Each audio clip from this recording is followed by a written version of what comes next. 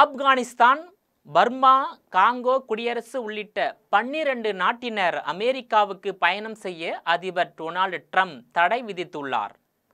அமெரிக்காவின் கொலராடோ மாகாணத்தில் பயங்கரவாத தாக்குதல் நடைபெற்றது. இந்த பயங்கரவாத தாக்குதல் குறித்து அமெரிக்க புலனாய்வு அமைப்பான FBI விசாரணை நடத்தி வருகிறது. இதனால் அந்நாட்டில் பல்வேறு கட்டுப்பாடுகள் விதிக்கப்பட்டு உள்ளது.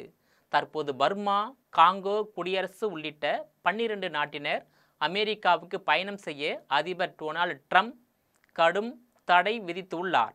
இது குறித்து அமெரிக்க அதிபர் டொனால்டு ட்ரம்ப் கூறுகையில், பாதுகாப்பாக சில நாட்டினரை நாங்கள் குடியேற அனுமதிக்க முடியாது.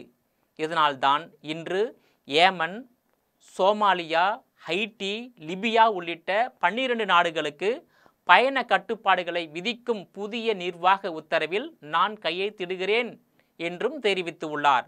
சமீபத்தில் கொலராடோவில் நடந்த பயங்கரவாத தாக்குதலால் வெளிநாட்டினர் சிலர் அமெரிக்காவிற்குள் நுழைய புதிய கட்டுப்பாடுகள் விதிக்கப்பட்டு உள்ளது.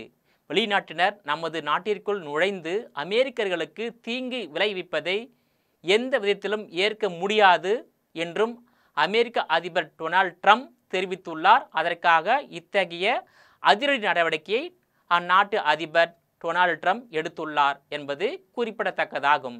நேயர்களே, மீண்டும் இது போன்ற மற்றொரு நிகழ்ச்சியில் சந்திக்கிறேன். அதுவரையில் உங்களிடமிருந்து விடைபெறுவது நான் உங்கள் விஜயபாலன்.